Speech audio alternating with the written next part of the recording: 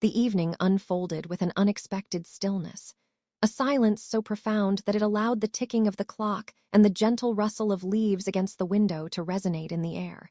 As I nestled into my well-loved couch, a book in one hand and a steaming cup of tea in the other, a sudden knock at the door jolted me from my tranquil reverie.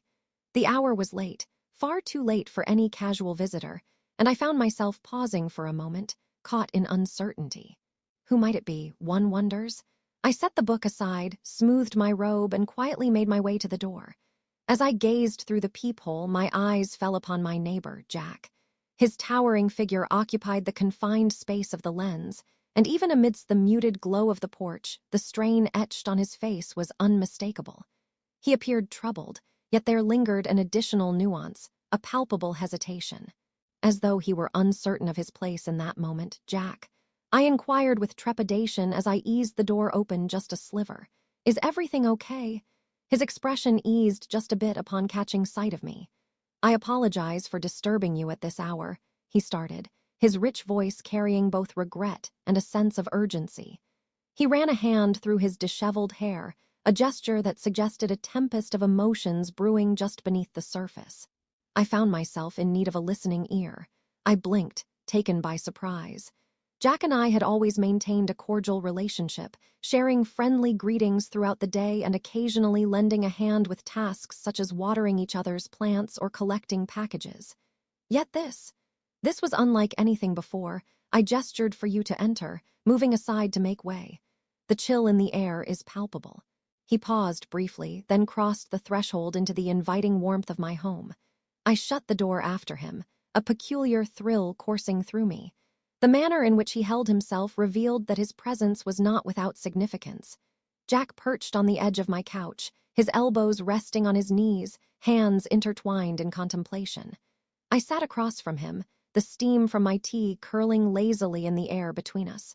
Would you like something to drink? I extended my hand, uncertain of how to shatter the stillness, and he merely shook his head.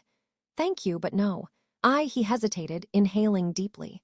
Lately, my thoughts have been swirling, and I find myself uncertain of whom to confide in. I inclined my head, poised for him to elaborate. His voice held a sincerity that drew me closer, as if the gravity of his words was too much for him to shoulder by himself.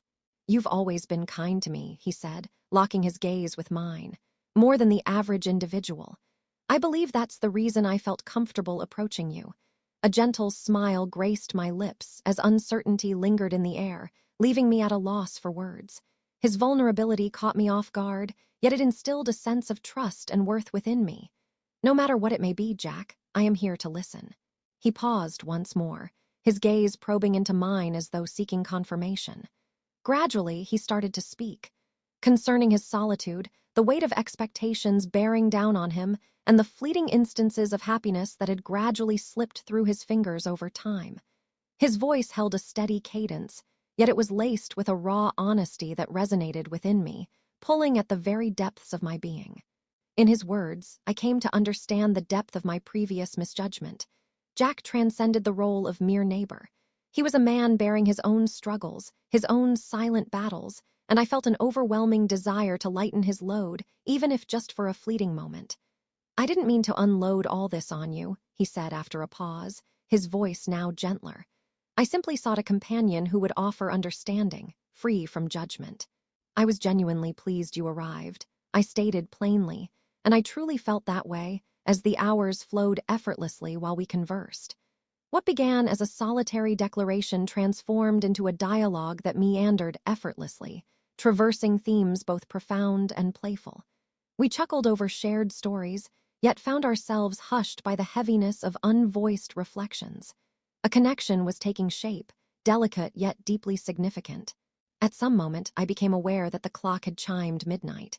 The soft glow of my living room enveloped us in warm shadows, and the atmosphere was heavy with a burgeoning closeness.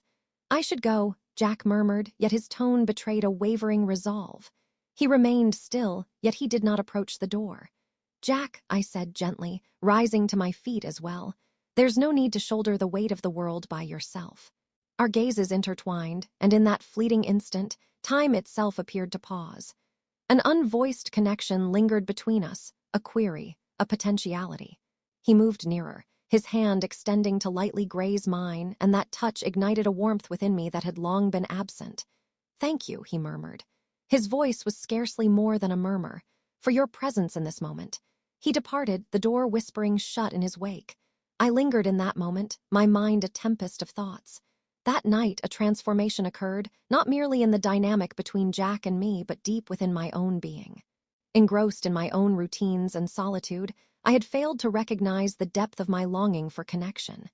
In the days that followed, our conversations unfolded, a gentle reminder of the ties that bind us.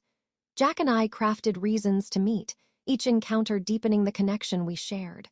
A warmth lingered, a spark undeniable between us. In retrospect, that late-night knock was far more than a mere plea for assistance. It marked the dawn of an unforeseen connection, a relationship that illuminated the exquisite nature of allowing another into our lives.